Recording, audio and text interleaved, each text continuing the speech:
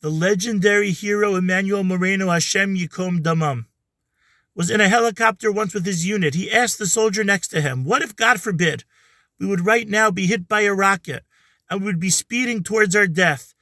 What would you think about? The soldier turned to him and said, 15 seconds left? I don't know. I hope it doesn't hurt too bad. I hope that we don't go splat. And he asked Emmanuel, what would you do in the last 15 seconds of your life? And Emmanuel said, 15 seconds? I would recite Shema Yisrael, Hashem Elokeinu, Hashem Echad, with as much kavanah as I could possibly muster, pledging allegiance to Hashem.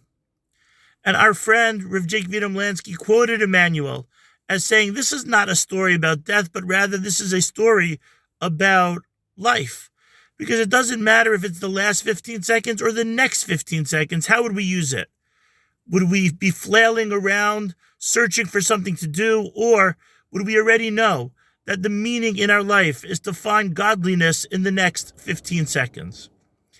When the Eved Ivri chooses to stay by his master, when he has the opportunity to go free, so the Torah tells us that he should go to the Beis Din and stand at the door and get his ear pierced, because the ear that heard Hashem say that you are my Eved, and this guy then goes and chooses to be a servant to somebody else, we have to pierce that ear. Okay, maybe the Torah explains why we have to pierce the ear, but why do we specifically have to do it at the doorpost? So the Kli Yakar explains, because the doorpost is a place of transition.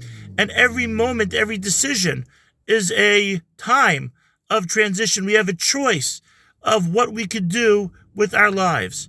So this Eved that has the choice of going free and being able to dedicate his time to Hashem chooses instead a different master. He should stand at the door and realize what kind of choice that he's making.